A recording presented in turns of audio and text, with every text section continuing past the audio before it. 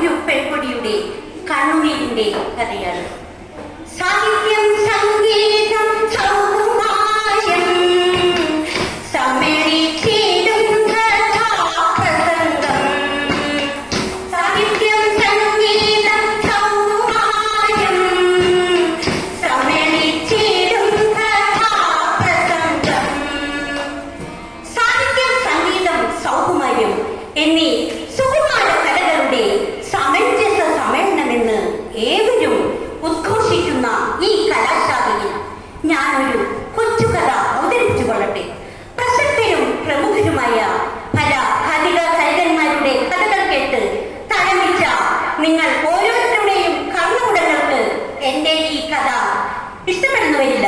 എങ്കിലും നിങ്ങൾ എനിക്ക് വേണ്ട പ്രോത്സാഹനം തരുമെന്നുള്ള ശുഭപ്രതീക്ഷയോടെ ഞാൻ എന്റെ കഥയിലേക്ക് കടക്കട്ടെ.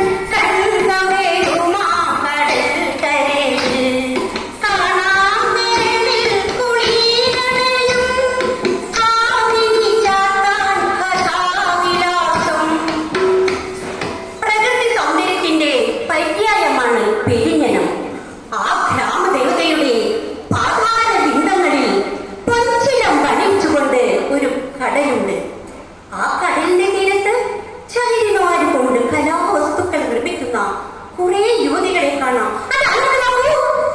ആ യുവതികളിൽ ഒരുവൾ ഏറ്റവും സൗന്ദര്യവതിയാണ്.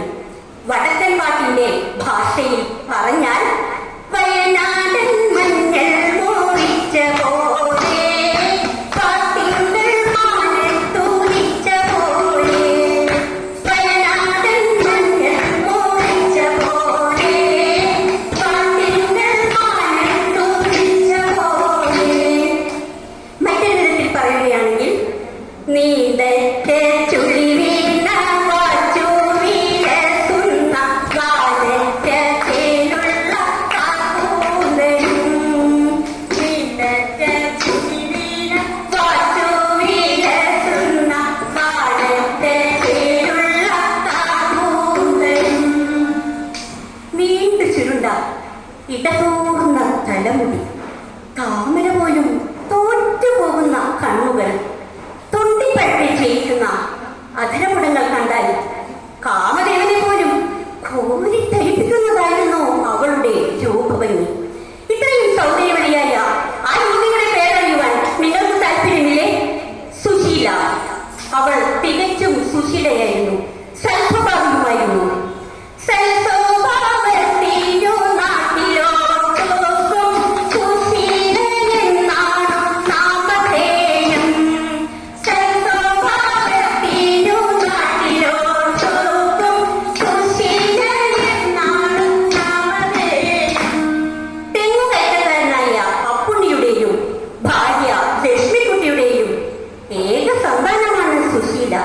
അവർക്കവളെ ജീവനായിരുന്നു. അവളുടെ ഏതൊരാഗ്രഹത്തിനും അവർ എതിരു പറയുമായിരുന്നില്ല. സുശീലയുടെ കുട്ടിക്കാലത്ത് ജോലി കഴിഞ്ഞ് താഴ്ന്നിരിക്കുന്ന അവസരങ്ങളിൽ അപ്പുണ്ണി അവളെ എടുത്ത് കൊഞ്ചിക്കുന്നത് കാണുമ്പോൾ ലക്ഷ്മിക്കുട്ടി സ്നേഹത്തോടെ ഇങ്ങനെ കുറ്റപ്പെടുത്തുമായിരുന്നു. കൊഞ്ചിച്ചു കൊഞ്ചിച്ചു കൊഞ്ഞുമോളെ കൊഞ്ചിപ്പെണ്ണാക്കും കൊതിച്ചിയാകും, കൊഞ്ചിച്ചു കൊഞ്ചിച്ചു കൊഞ്ഞുമോളെ കൊഞ്ചിപ്പെണ്ണാക്കും കൊതിച്ചിയാകും. ഇത് കേൾക്കുമ്പോൾ അപ്പുണ്ണിക്ക് ദേഷ്യം വരും. അപ്പുണ്ണി പറയും, വേണ്ടാത്തതൊന്നും പുലമ്പെണ്ട മണ്ടി മണ്ടയിൽ തല്ലൊന്നു വാങ്ങിടേണ്ട, കൊഞ്ഞുകില്ല കൊതി കാട്ടുകില്ല, ഇവളച്ഛന്റെ മോളാണ് കൊഞ്ഞുമോള്, ഇവളച്ഛന്റെ മോളാണ് കൊഞ്ഞുമോള്. ഇല്ല, ഇവൾ കൊഞ്ചുകയുമില്ല, കൊതി കാട്ടുകയുമില്ല. നീ നോക്കിക്കോ, ഞാനിവിടെ പഠിപ്പിച്ച് ഒരു വലിയ നിലയിലാകും. പക്ഷേ ശ്രേഷ്ഠമനായ അച്ഛന്റെ ആഗ്രഹം മാത്രം നടന്നില്ല. പഴഞ്ചൊല്ലിൽ പതിവില്ല. പഴമക്കാർ പറയുന്നത് പിഴയ്ക്കാറുമില്ല. വാളെടുത്തവൻ വാളാൽ. അപ്പുണ്ണിയുടെ വാൾ തെങ്ങുകയറ്റമായിരുന്നു. ഒരു ദിവസം തെങ്ങുകയറുമ്പോൾ തെങ്ങിൽ നിന്ന് കാട്ടിക്ക് വീണ് അപ്പുണ്ണി മരിച്ചു. അപ്പുണ്ണി മരിച്ചതിൽ പിന്നെ ആ കുടുംബത്തിന്റെ ഭാരം മുഴുവൻ ലക്ഷ്മിക്കുട്ടിയുടെ ചുമലിലായി. നിത്യവൃത്തിക്ക് വേണ്ടി കഠിനമായി അധ്വാനിക്കേണ്ടി വന്നു. എങ്കിലും തന്റെ ഭർത്താവിന്റെ ആഗ്രഹം സഫലമാക്കാൻ അവർ ശ്രമിക്കാതിരുന്നില്ല. സുശീല എല്ലാ ക്ലാസ്സിലും ഒന്നാമതായിരുന്നു. എങ്കിലും സ്കൂൾ ഫൈനൽ പൂർത്തിയാക്കുവാൻ അവൾക്ക് കഴിഞ്ഞില്ല. കാരണം വീണപ്പെടുന്ന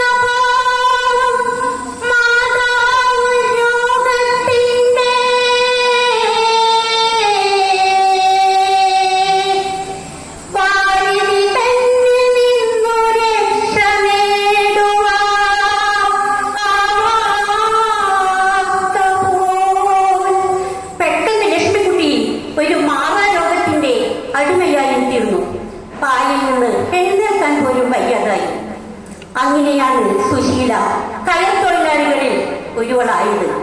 അവളെ സ്നേഹിക്കുവാനും വിവാഹം കഴിക്കുവാനും പലരും മുന്നോട്ട് വന്നു. പക്ഷേ അവൾക്ക് അവരോട് പറയുവാനുള്ളത് ഒന്നു മാത്രമായിരുന്നു.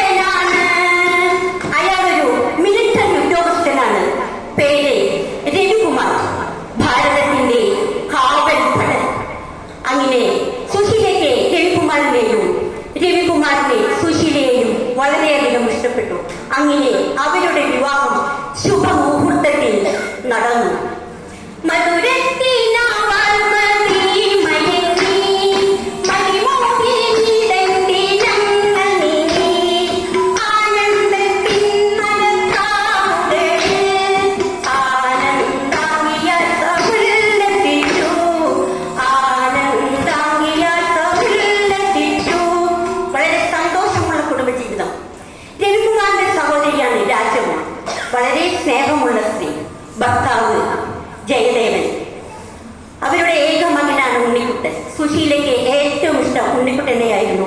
അവന്റെ കൊഞ്ചി കൊഞ്ചിയുള്ള സംസാരവും ആന്റി എന്നുള്ള വിളിയും സുശീലയ്ക്ക് വളരെ ഇഷ്ടമായിരുന്നു. അവരുടെ ഇത്ര പൊരുത്തപ്പെട്ട പെരുമാറ്റം കണ്ട് പലർക്കും അസൂയ തോന്നി.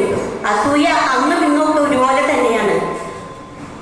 ജനങ്ങൾ പറഞ്ഞു, കണ്ടിട്ടുണ്ടോ നിങ്ങൾ ജീവിതത്തിൽ രണ്ടിന പ്രാക്കളെ ജീവിതത്തിൽ, കണ്ടിട്ടുണ്ടോ നിങ്ങൾ ജീവിതത്തിൽ രണ്ടിന പ്രാക്കളെ ജീവിതത്തിൽ.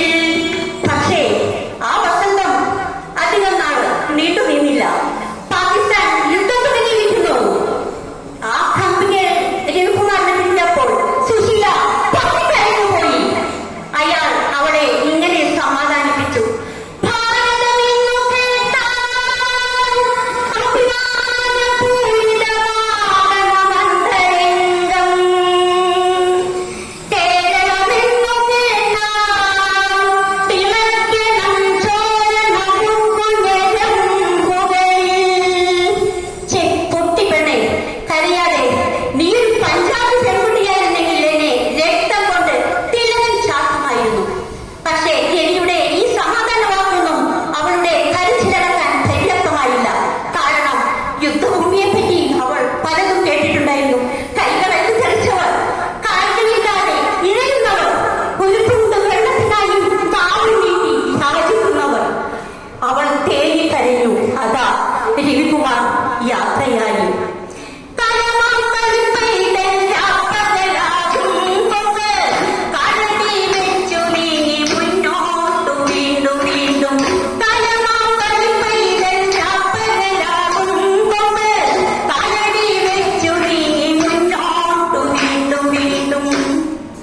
ദിവസങ്ങളെ നീങ്ങി. സുശീലയ്ക്ക് ചെറിയ അസ്വസ്ഥതകൾ തോന്നി തുടങ്ങി. അതെ, അവൾ ഗർഭിണിയാണ്. അവൾ 2 മാസം ഗർഭിണിയാണ്.